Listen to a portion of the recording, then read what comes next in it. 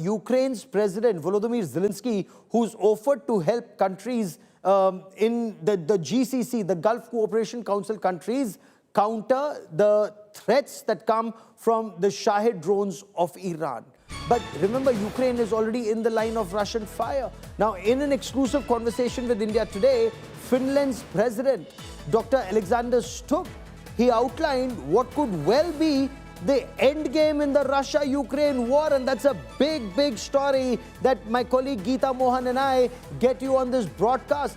Finland's President, Dr. Alexander Stubb, in an exclusive conversation with India today with Geeta Mohan and I, he said Ukraine has lost about 20% of its territory since Russia first set foot or seized Crimea in 2014 and then expanded in the war in 2022.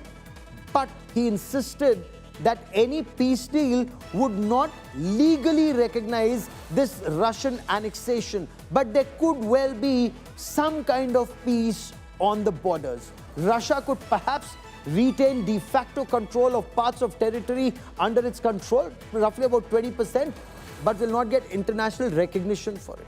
In return, Ukraine could receive European Union's membership, strong security guarantees from the United States and from Europe, and perhaps the largest post-war reconstruction package in modern history. So is that the outline for a peace proposal that's currently being considered? Finland's president said Russia is unlikely to win this war, pointing to massive battlefield losses. His assessment is 90,000 Russian soldiers have been killed in recent times, in the past couple of months. In a key remark, he said Ukraine may actually be more willing to consider a peace settlement compared to Russia, even as negotiations continue on what could well be the final framework. Let's listen in to Dr. Alexander Stubb, because he's very closely involved in ensuring peace prevails in the region.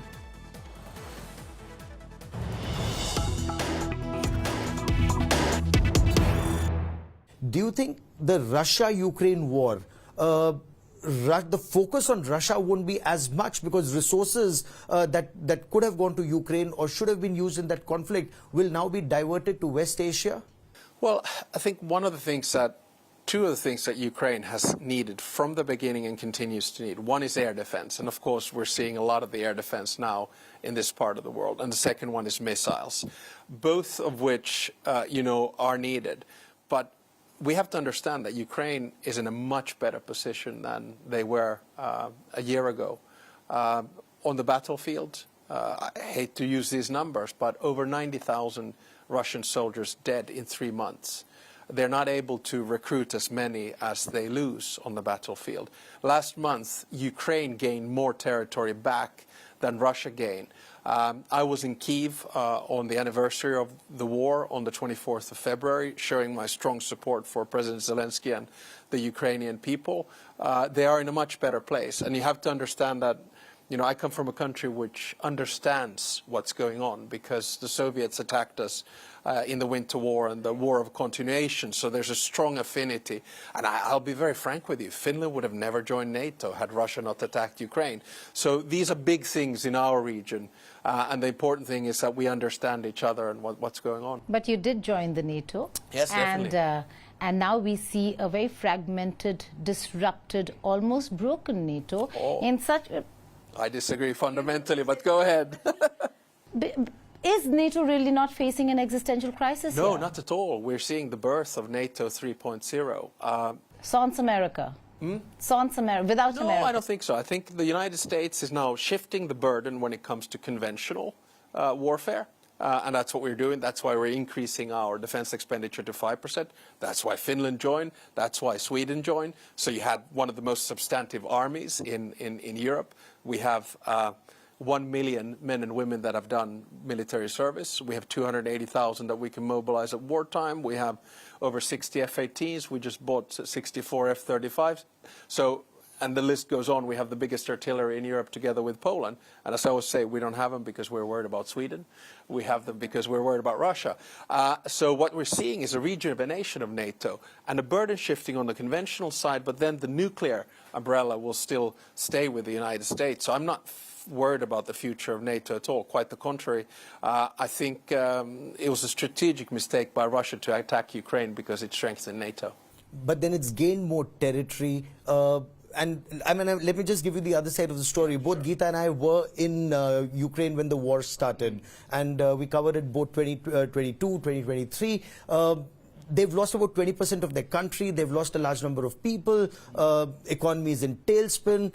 In all of this, does NATO have the stomach to continue supporting Ukraine at a time when America is engaged here? And would China be the ultimate gainer in all of this? Because a lot of resources are being spent either in Ukraine or in West Asia. Well, if we start from the territory issue, remember that the war actually began 12 years ago in 2014 when Russia, against international law, annexed the Crimean Peninsula. So within the first few days of the war with green men and women, they gained 12%. In the past 12 years, they have gained 8%. In the past 2 years, they have gained 1%. That means that they are only advancing a few meters per day at a cost of human life, which to me is mind-boggling. And in some days, actually, what is happening is that for one Ukrainian dead soldier, there are 25 dead Russian soldiers. And as far as economy is concerned, I'm not worried about Ukraine. It just got a 90 billion euro loan from Europe.